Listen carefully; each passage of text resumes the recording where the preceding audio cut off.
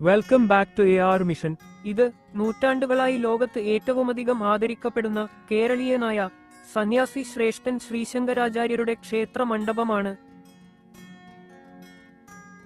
പെരിയാർ നദിക്കരയിലുള്ള കാലടി എന്ന ഗ്രാമത്തിൽ ജനിച്ച ശങ്കരാചാര്യർ 32-ാം വയസ്സിൽ തന്റെ ജീവിത ദൗത്യം പൂർത്തിയാക്കി. അദ്ദേഹത്തിന്റെ ജനനത്തെപ്പറ്റി അറിഞ്ഞ ചരിത്രം ഇങ്ങനെയാണ്.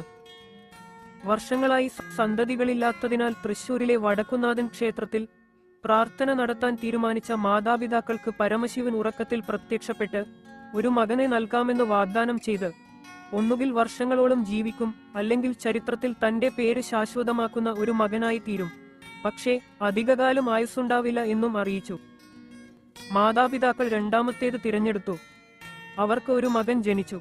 ശിവന്റെ ബഹുമാനാർത്ഥം അവർ ശങ്കരൻ എന്നു പേരു വിളിച്ചു. ആ ശങ്കരനാണ് പിൽക്കാലത്ത് ആദിശങ്കരൻ എന്നും ശങ്കരാചാര്യർ എന്നും അറിയപ്പെട്ടത്.